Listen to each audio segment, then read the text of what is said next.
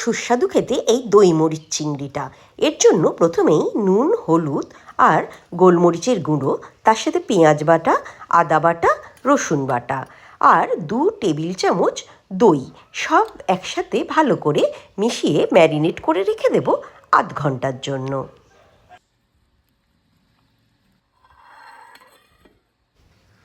আধ ঘন্টা পর কড়ায় সাদা তেল বা অলিভ অয়েল দিয়ে তার মধ্যে দিয়ে দেবো 1 টেবিল চামচ ঘি।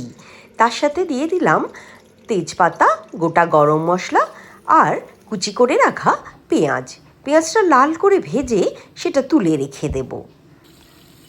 এবার ওই তেলেই দিয়ে দেব ম্যারিনেট করা চিংড়িগুলো, দিয়ে এপিট ওপিট করে ভেজে নেব হালকা লাল করে।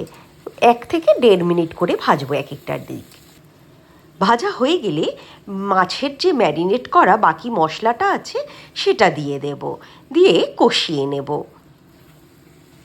মশলাটা কষে তেল ভেসে উঠলেই দিয়ে দেব 3টে কাঁচা লঙ্কা আর বাটিটা ধুয়ে 1 কাপ মতো জল দিয়ে মিডিয়াম হিটে এটা ফুটতে দেব 7 থেকে 8 মিনিট। একটা ঢাকা দিয়ে দেব।